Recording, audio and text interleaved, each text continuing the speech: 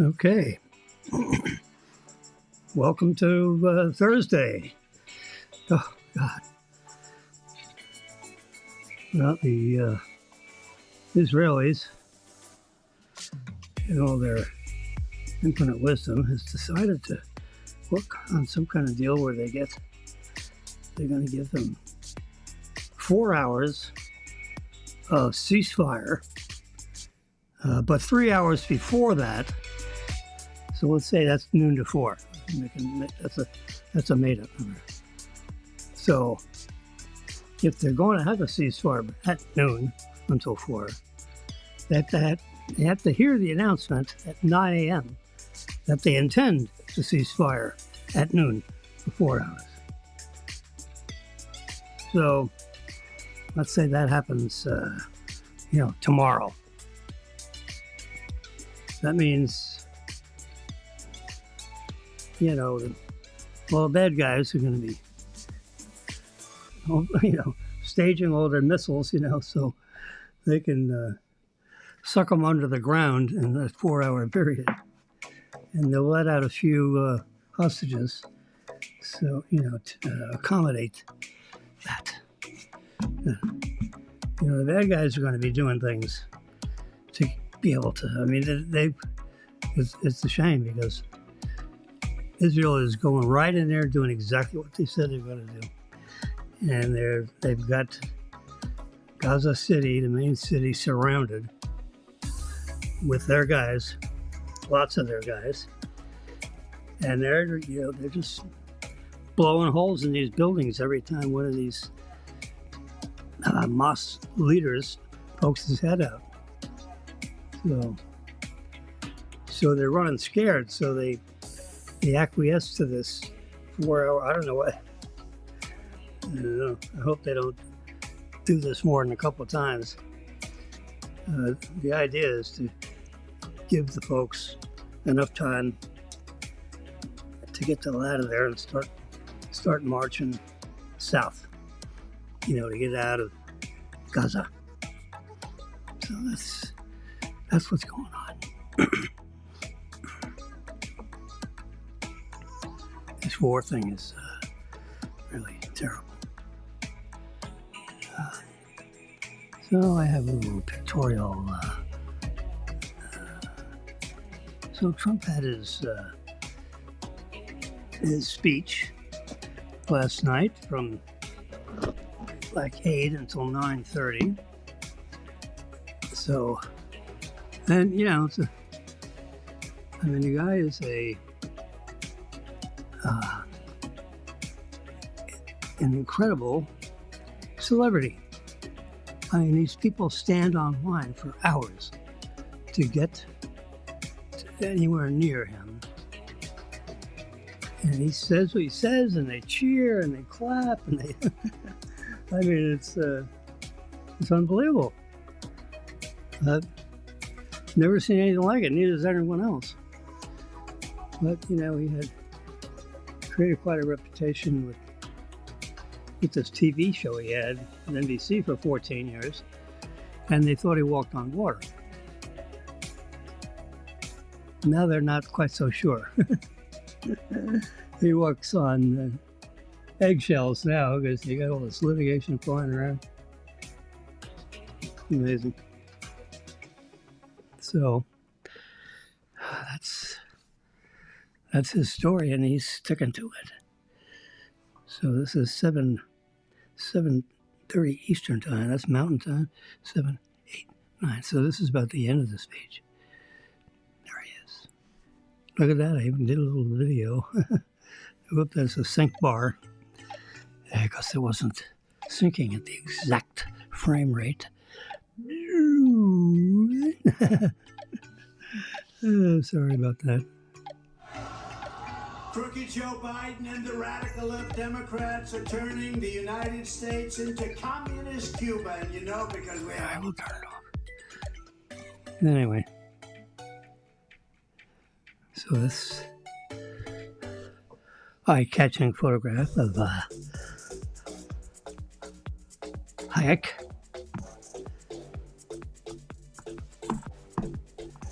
I do not think It is an exaggeration to say history is largely a history of inflation. Usually, inflation's engineered by governments for the gain of governments. Well, I'll be darned. A good-looking conservative. You got it. That's exactly what's going on. All right, this is Bob Iger. He's getting ready to meet with Apple. Disney owns a lot of Apple stock, and Apple owns a lot of Disney stock. They're buddies. When it was Steve Jobs running the show for Apple. And there's Mr. Iger's iPad Pro. And notice the magnetic pencil that is attached to the top. So he can mark up whatever the heck he's doing.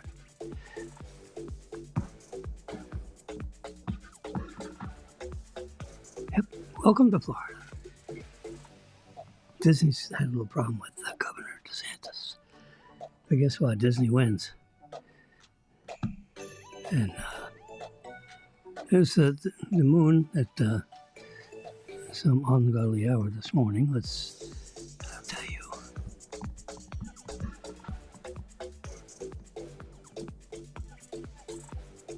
It's 3:51 a.m. I know I was up, I had my camera. I looked and I saw this interesting shot through the window, the patio windows. The moon was just hanging there like a cup. And there was, Mars right up next to it at like 2 o'clock. After the moon was a clock face. Warming, storming, norming, performing, adjourning. Okay. Team acquaints and establishes ground rules. Formalities are preserved and members are treated as strangers. Storming. Members start to communicate their feelings but still view themselves as individuals rather than part of the team. They resist control by group leaders and show hostilities. This is what Marilyn is trying to train her people. So she asked me to make 5 copies of this. Threw it through my trusty laser printer. My brother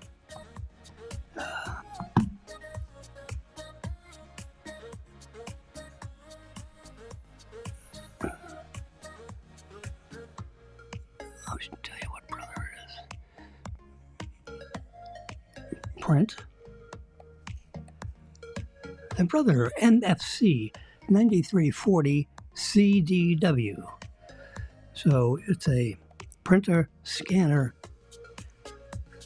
I believe fax machine, and copier. May not be fax, but it's a copier. You put a thing in it, and it makes color copies, black and white copies, whatever. Just like your typical Xerox machine. But this is brother. The principle is the same. Electrostatic transfer of microparticles of a material, and then it goes through a heater and bonds into the paper. It's really quite amazing that they could have such a device. There's a little one over there. I don't know if you can see it through this. You probably can't see it. Anyway, I got one over there on Maryland's side. And then this one is the printer, copier, scanner, and whatever. But it takes a standard, you can open up the this top, you can see, but this top opens and it closes. And it's cartridges. That's where they got little trapdoors everywhere in case paper gets jammed. You know, don't have many paper jams. They have these little suction cups that pull the paper up one sheet at a time and feed it in the mechanism. I think it throws out 30 copies, you know, every 2 seconds. So in 1 minute, you get 30 copies. Yeah, everybody can wait 1 minute to get 30 copies. Now, of course, if you have a document that's 10 pages, then you're going to have to wait 30 minutes. But it'll collate them, you know, it'll, you know, so you won't have to be digging through just a single stack of paper. It alternates, you know, where the paper comes out, so that you end up with 10 unique sets, which you can easily separate, you know, stack them up on the table, make sure all the pages are lined up before you drag your staple. I don't like papers that are stapled haphazardly. So here I have, if I can put this in a little plastic, like these papers right here. These are, we're on an annual upgrade of the iPhone every year. And according to this plan, we have to send the iPhone 14 back, you know, within 3 weeks of when you get the iPhone 15 Pro Max. You know, so they give you this pre-printed label. There it is, return service, which I think goes to in Miami, one of the airports, not the main airport. Because you can track it. I tracked it. I didn't print the tracking, but I tracked it. And it goes, you know, like Opelika, but it's not Opelika. It's another smaller airport in Southwest Miami. And it drops it off into a big bin, and then an agent from AT&T or whoever's managing this program from, you know, the return of the phone business,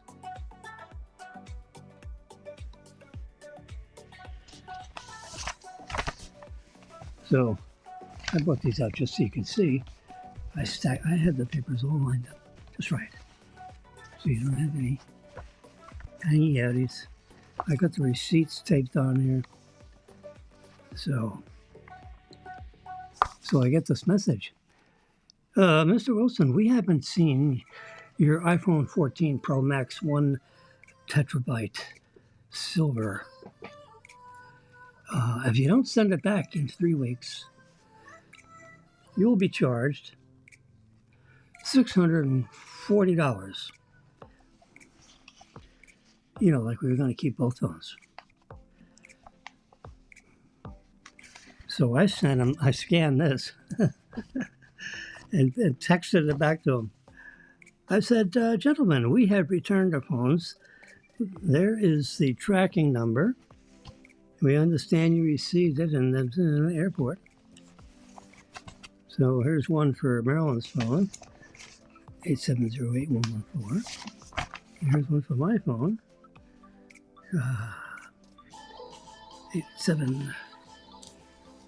4161100. It's underneath. Phone number's underneath this piece of paper. Yeah, they got all their order numbers and all that crap, so. That's what's going on there. Put these papers back.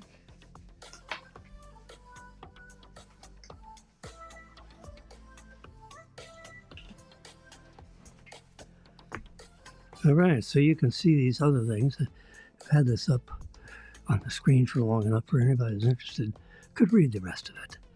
But in the interest of not boring the rest of you, it's a team building thing. Maryland's got issues with some of her employees in the Boca Raton region. So she's going to go over that this morning. Pretty nice. I mean, she's a well-organized leader. Definitely a leader.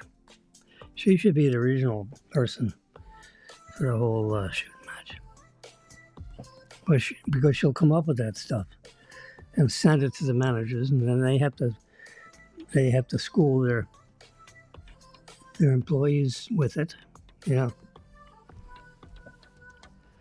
like OJT, on the job training. Okay, so this is November 8th. That's yesterday, if I remember. At 10:35 p.m. So I watched the Trump rally. He goes over all this stuff at the rally. So this is the Miami Herald is writing an article about, you got all these 5 candidates standing up next to each other with DeSantis in the middle. And then you got the bookends, The 2 guys on the end are probably not going to be in the next tranche because, you go from 6 and you have to have 8%, and you got 120,000. I don't know if they announced what the criteria is that you have to reach to get in the next debate. Trump says, yeah, screw that. I go there, they're going to be throwing pies at me for 2 hours. Well, I don't need that. So if they have a lucky hit, I'm the guy they hit. So we'll just let them knock each other out until they come up with, one gladiator, and then we put him in the pen with me, and then we'll go at it. So that's, I think it's going to be DeSantis. And if they go at it, they should be gentlemen about it because they need to be the ticket. And I noticed DeSantis is very careful the way he words any derogatories at Trump because that would be the ticket. You've got the Trump-DeSantis ticket, president, vice president. So assuming the positive, Trump runs 4 more years, and then DeSantis has had 4 years experience of being a vice president. And since Donald can't run again in 2028, DeSantis would run for president. And in theory, he could get 8 more years, so you'd have like 12 years of conservative leadership, which you need because the Democrats have spent us into oblivion. It's disgusting. The back door is wide open. You don't. When you go to sleep at night, you don't have your back door open. I mean, it's one thing to have your back door unlocked. So only a very shameless degenerate would open a door that he doesn't belong in at night while everybody's sleeping in a nice, quiet neighborhood in not central Chicago, that's for sure. You'd have chains and locks. You see these shows with the young ladies that are working in legal offices or whatever in Manhattan, and they go in their little apartment and they get 1, 2, 3, 4 different bolts that they. Oh my God! The bad guys just run up against that and open it, no matter what's going on. Of course, the door itself is, but people put big wooden bars there. Oish. It's terrible what people have to do to keep themselves safe. You got so many, you got so many degenerates that don't want to work, so they steal. and they become good at it. Anyway, so who did the best and who did every time I don't pay a lot of attention to these debates. I saw the last third of this one on November 8th, and at 10:35 was over. So then I listened to the show that talked about the show, to get the commentators, and what do you call it? I was watching on Newsmax. Candidates arrive, they're done. Candidates arrive for the third Republican presidential primary debate at the Adrian Osh Center for the Performing Arts of Miami-Dade County on Wednesday, November 8th in downtown Miami. Left to right, or you just saw the picture of Christie, former governor of New Jersey, Christie, former UN ambassador Nikki Haley, which Trump put her in the UN in that role, and she did good. And she's a former governor of South Carolina, if I have that correct in my head. Florida governor, current governor, having been reelected with a 19.5-point spread, Florida Governor Ron DeSantis, and then businessman Vivek Ramaswamy.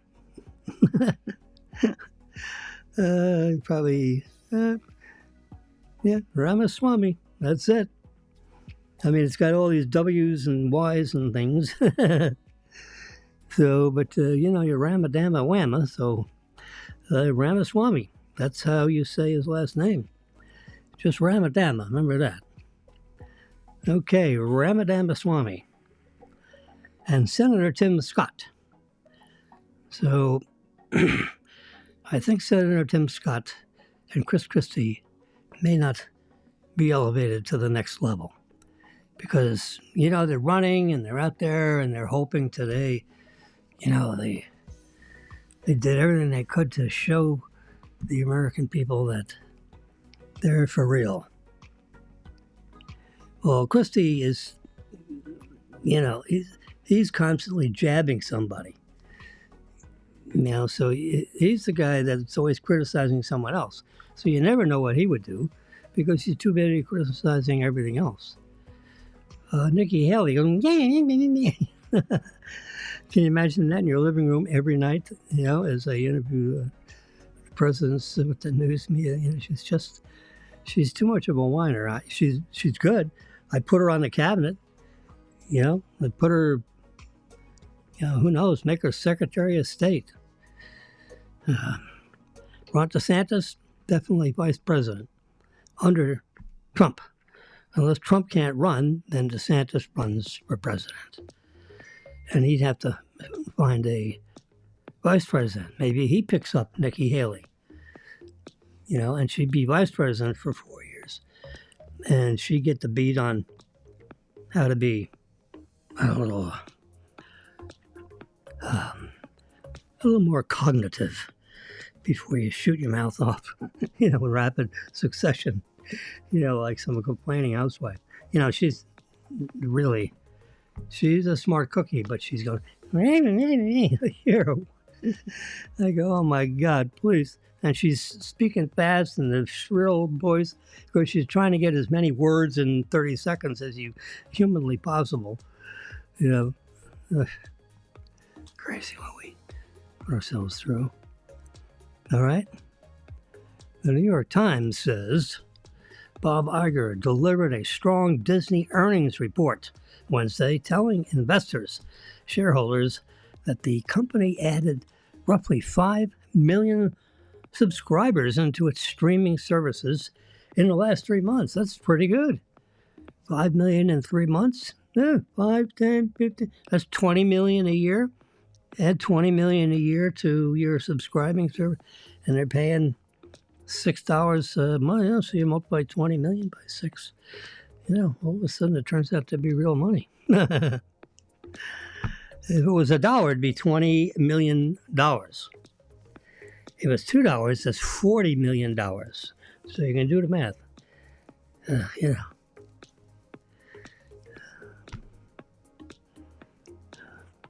All right, so he's doing good with that. So Ramaswamy and our South Carolina governor were going back and forth. You can see this picture right here. She's waving her hand over that way. This guy's waving his finger at her. And, DeSantis is like in the middle of, he's like, he's got a brother and a sister that won't keep their mouths shut. And I can't have dinner until we get done with this. So shut up. And so he handled himself very presidential. And, what the heck? He was he graduated from Yale and then went to law school in Harvard. So he's a smart cookie. And then he spent 15 years, gave 15 years, but not give, they pay him. But, he took 15 years stint to be a JAG officer as a lawyer. A JAG officer, so he became a lawyer in the military, presumably the Army. And, settled affairs of the Army as a JAG officer. And then he got out of that, and then he ran, he grew up in a small town north of Tampa on the west coast of Florida. I forget the name of the city. And he became a House of Representatives person. So since he, he was in the military for 15 years, that's that's an institution of its own, with rules and regulations and, learning. You learn all kinds of things. And when you get out of there, when you decide you've had enough and you see an opening to be in the House of Representatives, the United States government, that's a serious, a House representative. There's 435 of them. So how do you figure out? So if you got 330 million people, let's just do it on my little pumpkin wagon here. I'll do it here so you can see. So let's clear it. We have 327 million, let's just say. Another 327 million. And we're going to divide that by the number of congressmen. 435 equals. That's it. The order of magnitude is around 750,000 people per representatives. So they take the state of Florida, and so that's 752. Let's just round it up, keep it simple. So if Florida had 20 million people, this is exactly how they do it, by the way. And you divide that by 752,000 equals 26.59. I think they just round down. So that's why Florida has 26 congressional seats, because that's the proportion. Because remember, I divided by all the representatives by the 327 million, which I think is a little higher than that now. Now, they do that calculation every 10 years. That's why you have a census, because they certify how many people live in your state. And they do that for every state. And then they add them all up, and they come up with that 327 million figure. And they say, okay, we're going to divide that by 435. What's the number? 752,000. Just like I did here. And they say, okay, Florida had what? 19 million? We'll divide by 752,000. And what do you get? You were at 24 representatives. You're going to 26 because your population has increased to 19.5 million. I'm making these numbers up, but they're close to what they really are. I just don't want to waste the time looking it up. But that's all right here. You see this little thing? Let me do this. There we go. This is the Constitution of the United States. And if you go to Article 2, there you go. This is written in these pages of our U.S. Constitution. Here's Article 1. Article 1, Section 10. There we go. No state shall print any money except for gold and silver. So a state, if it wanted to have a $10 coin, you could take gold, molten gold, make, blanks out of it and then stamp it with whatever, pure gold. And you can do that with gold or silver, but no paper money. Remember you had the Confederate money, which they just made up money and printed out. I have some. It's, But in the Constitution, someone hand wrote all this stuff, which defines exactly how you create and how it's approved. And then you got the Bill of Rights.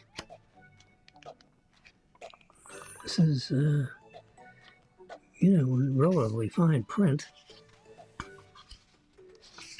Now it's even got a glossary here in case you don't understand what the words mean. There's a lot of background noise here. There we go. 50 pages, not counting the glossary. It's not a big book, but I read all this stuff to make sure they were doing it right. Jimmy, will you kindly math check the United States Congress and make sure we're getting, DeSantis didn't call me and do that, but that's it. That's how they do it. I got it right out of the Constitution. And you got your calculator on screen, and, I should have, Cat had 9 lives, you do 2 different things. Whoops.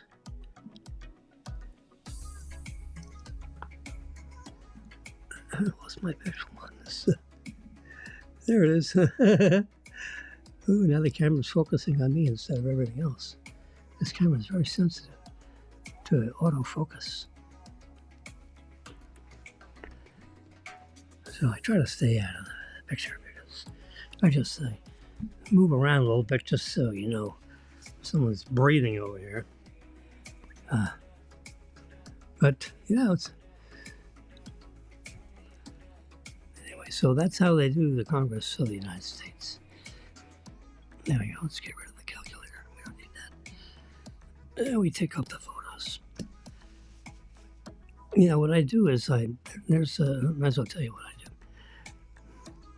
There's an app called Flip. This is it here. See, that's an F. Let's see if I press this thing. There we copy that. And then I go to messages. Oh yeah, so you flip it. So it's like a flip. I think it's called Flipboard. Flipboard.com.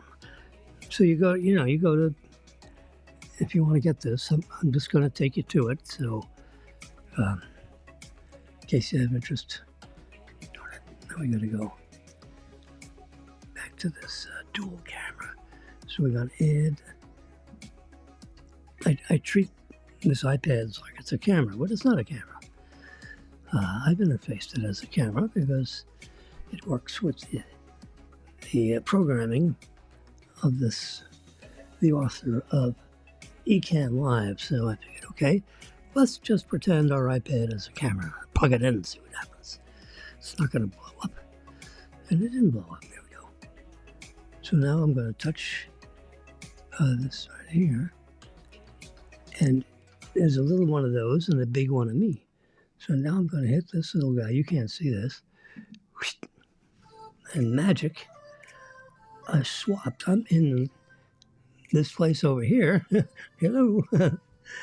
Yeah, you don't need to see me. And here is this.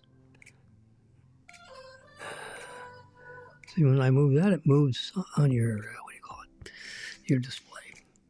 So I'm going to put search, click search. This is the App Store.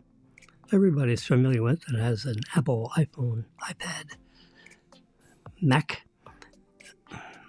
All the Apple stuff is how to use an iPhone. You know how to use an iPad. This is like a big iPhone. All right, so we're gonna do flip. F-L-I-P. Flip a clip. No, that ain't it. Flip board.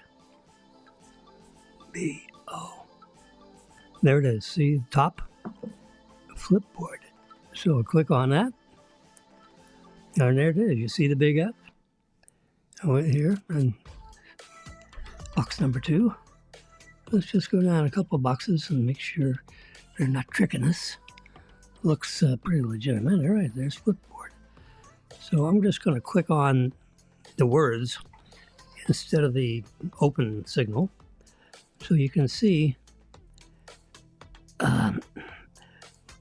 let's look at the version. Yeah, so update your app, bug fixes, performance improvements. So whenever, and this was 5 days ago, they had an upgrade. These upgrades come automatically into all the iPads and iPhones because I have Flipboard on all my devices. But, you know, you can see this little insignia. Let's move it up a little bit. There we go. But if you look at these little guys, right, to the very left of this display, it has a picture of a little tiny picture of what could be an iPad, an iPhone, and an Apple Watch. I have all 3, of course, because I am an Apple. If they had Apple underwear, I'd be wearing it. So they have 309,000 ratings, and most of them are 5 stars. And it is the editor's choice for all apps that are, but that's how you find it. You know, Apple doesn't give anybody any free advertising. You know, if they come up with an interesting game guy, you know, during their annual presentation of new devices, they may end up on the stage and they screen the best 20, the next 10. I mean, it's like, to get into an Apple event, you know, you need to be just about walking on water. Anyway, but this is an editor's choice app. I've had it for, so a fella, I was a banker at the time, a serious banker. I had a $4 million loan on a building that was built to be a restaurant, an upscale downtown restaurant. The customer had put in the property free and clear. I had it appraised at $5.6 million. So that's just the dirt. So I kind of like that idea, you know. And he's got, you know, a couple $100,000 in cash in the deal to draw plans back. So he's got $6 million in the deal before I put a penny in the deal. So he puts in the first $6 million, and then I put in the next $4 million. And I have a loan on the whole schlemiel.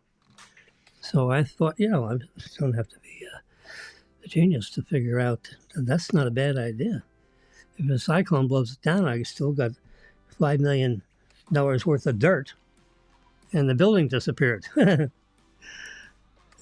and he has to put the $6 million in before I put a dollar. So he did. He put all $6 million in the deal, and I started putting out money to build this building, which he decided, you know what, I want to have a tavern. I'm going to call it Old Town Tavern. This building is situated right behind the ancient City Hall, the original City Hall of Boca Raton, in 1900, whatever. Which you can go in now, it's like a museum kind of a thing. Because they built another City Hall, which is, across the street from the police department. It's all kinds of buildings and suites, and it's a major City Hall. Anyway,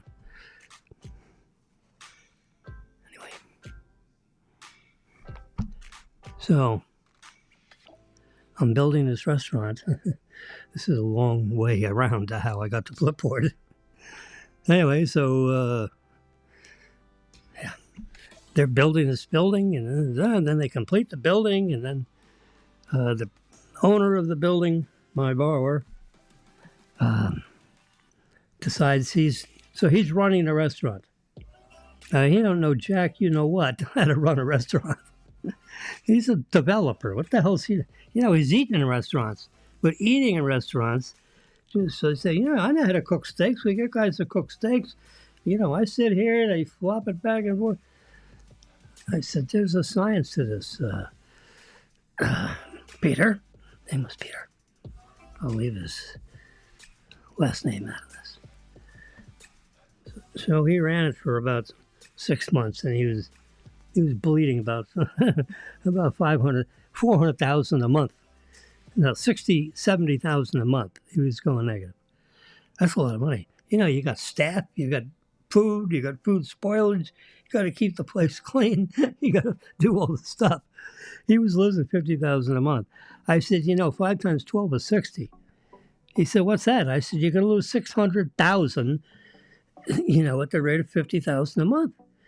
We got to stop this, and it ain't getting any better. It's getting worse because you keep buying everybody's steaks. That comes out of your fanny wanny, They don't grow this stuff on trees. And you bought the best quality meat you could buy, which that's fine. But you got to get paid.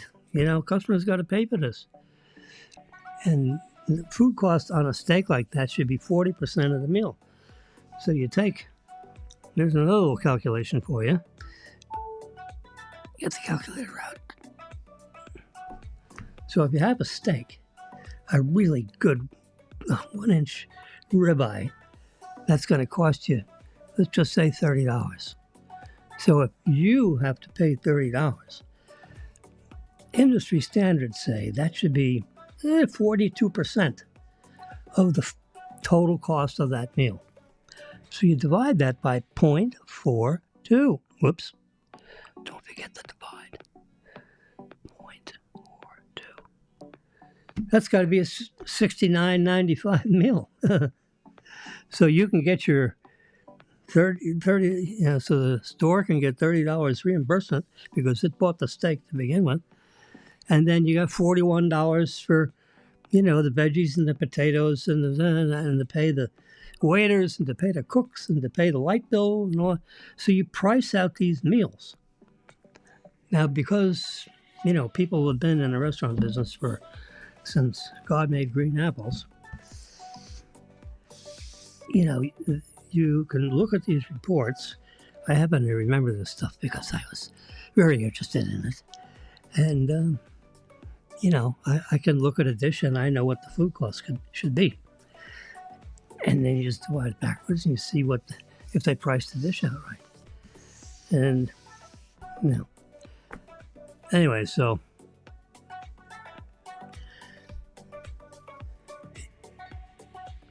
I convinced him. I said, look, Peter, you're doing a great job. The place, I love being in here.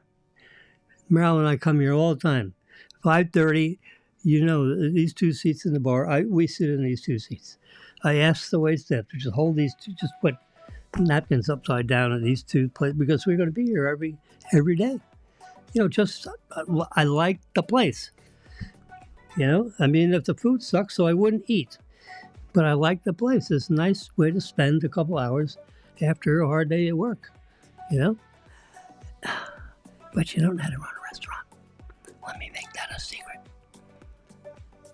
So I want your permission so that I can go to Mr. Rappaport, who's a famous restaurateur in Southeast Florida. He's done, I think I could probably count 12 restaurants he's done. He's running, I think, 5 simultaneously right now. And I said, let me see if I can grab Rappaport so that he might take this under his belt as one of the restaurants that he would manage. Now, he's got 5 other restaurants, or 4, I think it was 5 at the time. And I said, he can pull, and all these people have been working for him for 15, 20 years. So they all know each other. He knows what they're good at. So he pull out, 5 employees for this and 5 employees for this one, 5 from that one, another 5 from there, and you got your initial core of people working in your restaurant, and they all know what the hell they're doing. They're all trained. What a deal, huh? But, you got to sign a contract. That's about 40 pages, legal-sized pages. And he's going to get a couple of $100K off the top because he's going to be the manager of the restaurant. You're just going to be the owner and stay out of his way. Peter, please, stay out of his way. And he's going to create a menu. The menu you got here is very nice, beautiful. We're going to start over with the menu.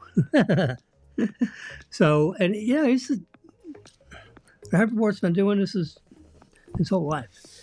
Peter, you can do that with plans and specs and building office buildings. This guy knows how to create restaurants, all kinds. It can be Chinese. It can be. He knows how to do it, and he doesn't have to go back to a book to figure out. It's all in his head because he's done it over and over and over again. Anyway, so he does that, and Peter said, all right, well, I expect to see you here every day at 6:30 in the morning. He says, no. You're not going to see me every day in here at 6:30 in the morning. I got 5 other restaurants to run. So now I'm going to run 6. So you're going to get about 17% of my time. And I'll come by, to begin with, I'm going to be more often than the other places because they can run themselves because they've been running. This has been running for 3 years, 2 years, 1 year. Yours has been running for 10 seconds. So I'm going to spend a lot of time to begin with here. But no, I'm not going to be every day here. I might be every day here for the first month or two just to make sure, all the people that I brought in here, all the moving parts are working together. And, we got to operate the kitchen, and we got to move some of those things around a little bit because the appliances are not in the right sequence. You don't have the dishwasher here, and then you got the all the way over there. You kind of line it up, so you didn't have it lined up right. Whoever did it, some architect, laid out the kitchen equipment, and he obviously has never run a kitchen before. So Rappaport had to redo the kitchen. That took about 2 weeks, to do that. Because you got to disconnect this heavy stuff, and you got, gas and big outlets. And, the wall just doesn't have outlets everywhere. You got to move the outlet. Well, then you got to get the electrician in there, I mean, it's such a, that's the part I know how to do. And Peter knows what to do with that. With all the different trades, and you bring them in and stage them so they're not crawling all over each other.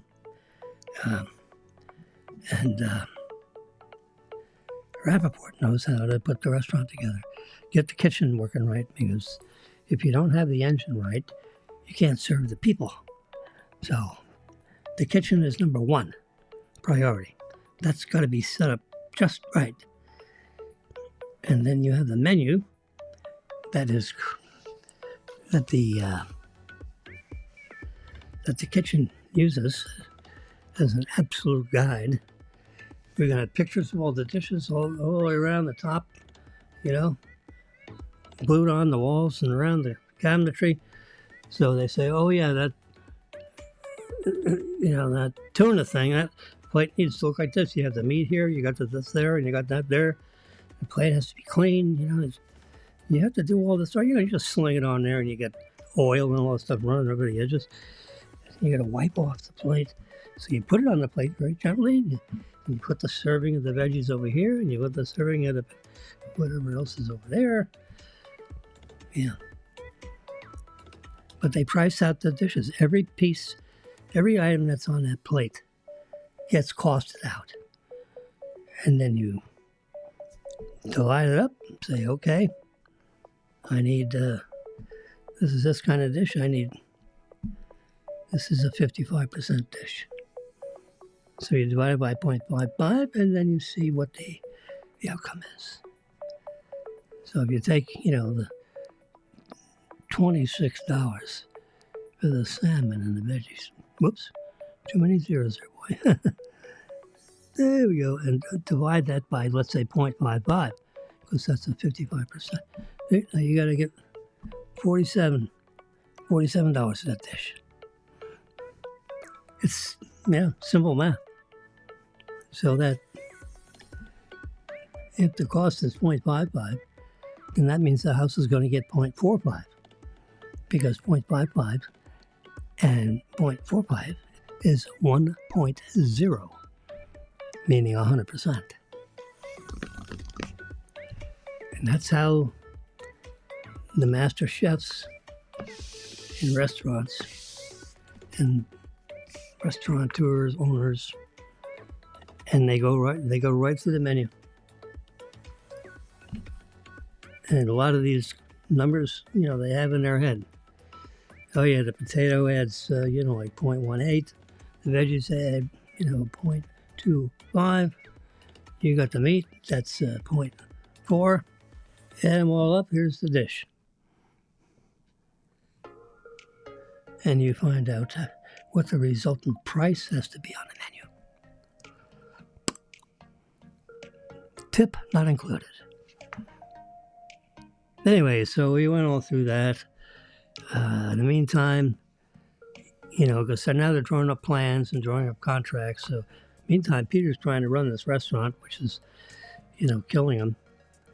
So we brought in, I introduced Peter to Tony Figarelli, who's a restaurateur manager that restaurant owners hires him to open up the store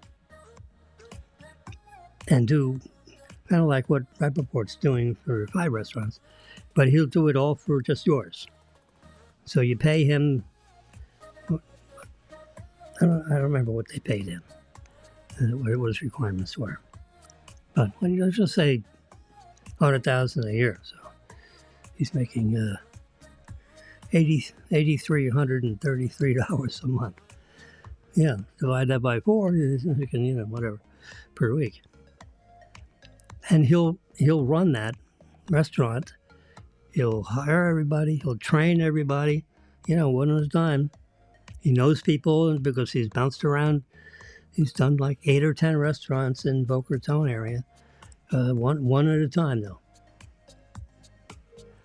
Whereas Rappaport, he part owns and manages, you know, a bunch of them. And his partners, you know, uses other people's money because he doesn't have the money to do it all himself. So if a restaurant takes $3 million to get going to break even, he'll put in $600,000 and, you know, 20%, and then all his restaurateur people will put in the other 80%. Well, $2 million for, and he puts in 6, adds up to $3 million. So that's how they start the project. So Rappaport's job is to bring this restaurant online so that before they burn through all that $3 million, they're at break even and starting to make a profit. So that way the capital doesn't get below, let's say, $500,000. So at $2.5 million, he needs to be at break even, or something isn't right. And that happens. You can have things that you're not in control of, like bad weather, hurricane, fire. The place could burn down. Who knows? By mistake. Anyway, so I ended up meeting Tony Figarelli. Bumped into him somewhere, and I said, you ought to see if you can work this place. Well, Rappaport is figuring out what to do. And then maybe you can work with Rappaport, assuming he and Peter agree, and sign up on paper. So, Rappaport came up with the whole document. Peter wouldn't sign it. He said, no, I want him here every morning at 6:30. I said, you've got 5 projects. Your partners don't tell you to be in West Palm Beach every day at 6:30. Because you got 4 other projects down here you wouldn't see. It's the same with Rappaport. He's got 5 deals already going. This is his 6th. And so, it's exactly the same. I said, why are you being such a knucklehead? I'm amazed the guy will do it.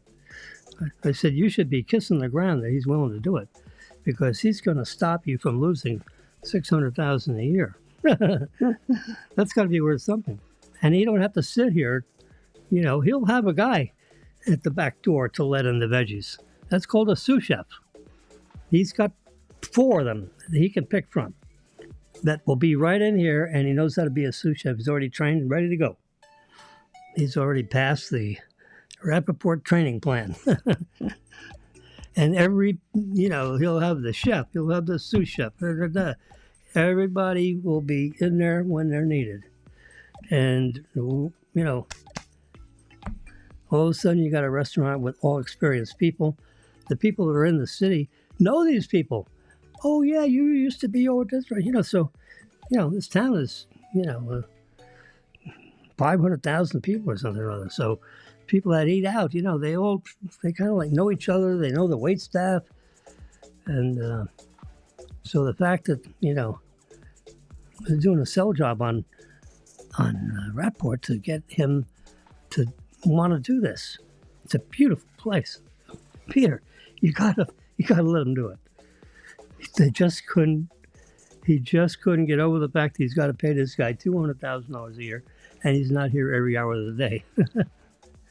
I said, well, that's not the way it works. That's not the way it works to what you're doing. What are you doing? You got 4 places. Each partnership didn't tell you got to be here at 6:30 in the morning every day, because then your other 3 projects would go in the toilet. Well, Rappaport's the same way. He circles around, but he'll spend more time early on in your place because we got to get this one going. So he'll probably be here 3/4 of the day. And the last quarter of the day, he'll buzz around to all other 5 restaurants just to poke his nose in the door, from 4 to 5, 5 to 6, 6 to 7, 7 to 8. He'd be floating around his restaurants till 8 or 9 o'clock at night, because he spent most of his day in here getting this thing going. But, you would do the same thing, same way. It's just he's dealing with food and you're dealing with concrete block and iron. And you make buildings, he makes food that you can eat. He knows how to create a menu.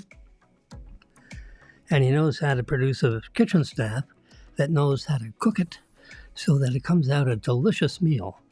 So that when they walk out with their $150 dinner bill, with taxes and tip and all that stuff, they're going to say, boy, that was a real nice meal. Instead of, oh my God, that piece of meat was like shoe leather. I'm going to complain a little bit, and if it doesn't get better, we ain't coming back. But with Rappaport, he's going to buy the best grade of meat, and he's going to have the people that know how to cook it. So that when it's on your plate, it's like it came out of your own personal kitchen. but it's going to come out of that kitchen back there. He wouldn't do it. And eventually ran him, then he started to skinny up on what was there because he was trying to figure out how to not lose $60,000, $50,000, $60,000 a month. So then he started to shave on not having the quality of the foods and the vegetables and this and that. The people that were cooking it weren't the same as he thought, because Rapport never came in there, right? So, because he didn't sign the deal. So Rapport didn't put in his people. This is all Peter's people. And he don't know how to train these people, do they? They come off the street and you're lucky if they know how to walk straight. So, I'm being a little funny here, but, that's the way it is. So,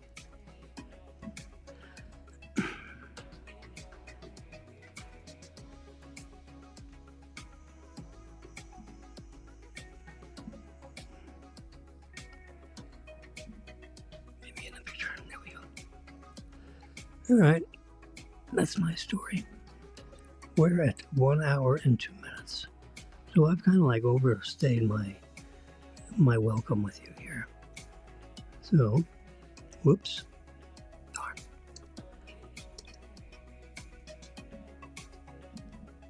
There we go. So I'm I'm fooling around with the that thing that you wiggle your finger on, whatever they call that. And it's not maybe a trackpad. See how I'm moving my finger. I have one over here so I don't have to go over like this. Because I use my right hand for this, and I use my left hand for typing.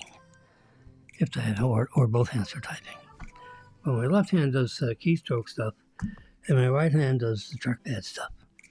My left hand can do it, but since the thing's over here, I got the computer over here. This is it. This I don't like. So because the computer is like up, this is up, this is up. It's my little studio kind of thingy. Let me show you. Here I took.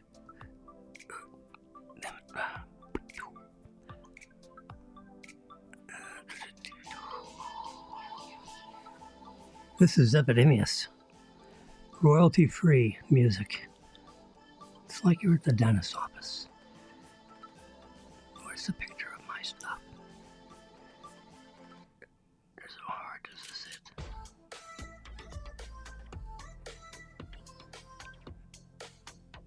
All right, that's my little. Oh, you can't see it. We need to get that camera in there. There you go. See.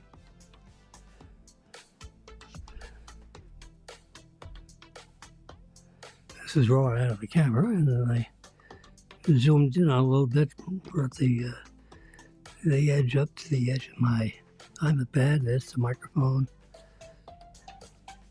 Electro Voice 320, which is what Rush Limbaugh used. So, but good enough for him, good enough for me.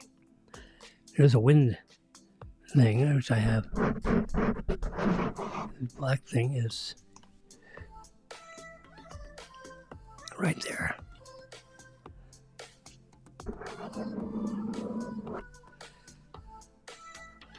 So that way you don't spit into the microphone. Not that I'm a spitter, but this Zen house over here that was on this thing, I took it off. We don't need this. That's another science project, which I'll show you another day, maybe tomorrow. There's the eagle. Look at that, he found a bald eagle in his backyard in Titusville.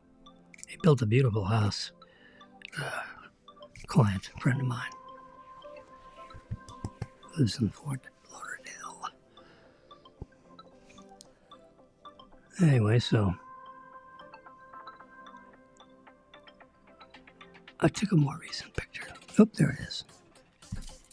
There we go. So this is the camera. That's right there. That's that guy right there with the white circle. pair of sunglasses hanging on my soundboard. Pair of gloves. Got to use every square inch in these places. So, you know, you got the levers that go up and down, different amount of amplification. Hello, 1, 2, 3. That makes that microphone. That's like a background microphone. And this is connects to this blue, which is right now not connected to anything. And this is Avidemius. Listen to that fidelity. Wow. Rudy's headphones is really dramatic. It's very percussive. It's Avidemius. Let me pronounce it correctly. It's royalty free, but epidemic. Epidemic sound instrumental music without copyright. Yep, that's it. You know, it's a 3-hour soundtrack. I'm about halfway through it, just yakking with you guys.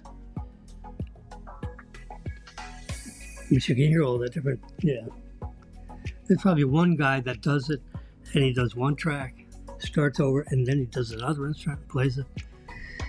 And then after about 8 throughs passes, he ends up with a completed, it's not like 5 guys all doing something. I'll bet you there's one guy that's mastered that like 5 times for the 5 different instruments. Anyway, it's pretty cool. I like it. But you can listen. I can listen to this on my headphones all day long while I'm doing stuff in my little my little territory here. It's like a little studio thing here. I got a old iPad over here, and I've got an even older iPad up here, which I have set up as a TV. It's on a stand, which you can't see because it's black. It's got its own little power source coming over there. This is Fox News up in this corner, which you really can't see. And if I move that up a little bit, there you go. See, now you can see my microphone's that way. So we can move that over there. We can turn this over this way. So now you can see the TV. So this is a 13-inch, 12.9-inch iPad Pro. That's a 9-inch, 8.7 iPad Pro. This is a current iPhone 15 Pro Max, which is really a stunning device. The cameras are like unbelievable. It's got a 5x image stabilized zoom, from 3 to 5. No increase in dimension as to thickness.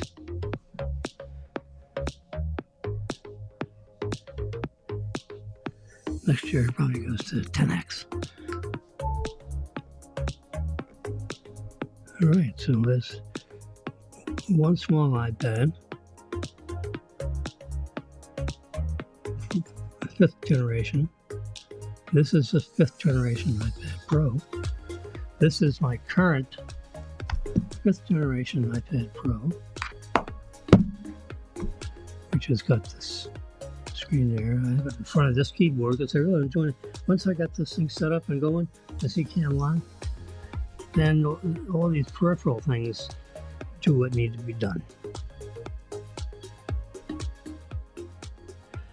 And this is the display on the computer itself, but it's the control center where I can control the volume levels of what comes in from my Rodecaster Pro 2, which is another magical piece of equipment.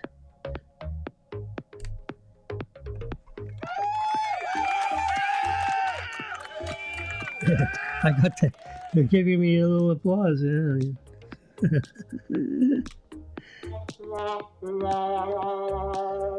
Different things you can do with the soundboard. I don't really use those in a lot of things. But, you know, that's what an engineer would do. If you had an engineer, and I was like the talent, and all I had was the microphone and maybe my iPod, and then the engineer had to do all this stuff. Well, I'm the engineer and I'm the talent. So I'm a better engineer than I am talent, as you can tell. And I don't have script. I just ramble on until someone pulls the plug.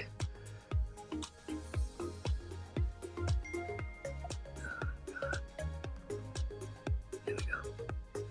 So, with that, I've just added another 11 minutes and 33 seconds to try to wrap this up.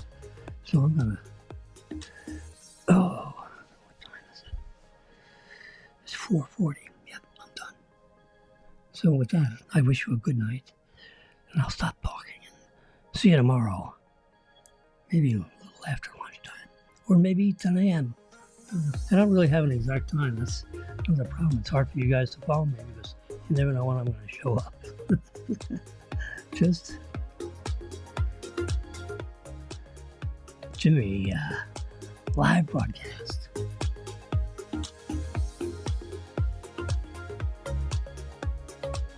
Good night.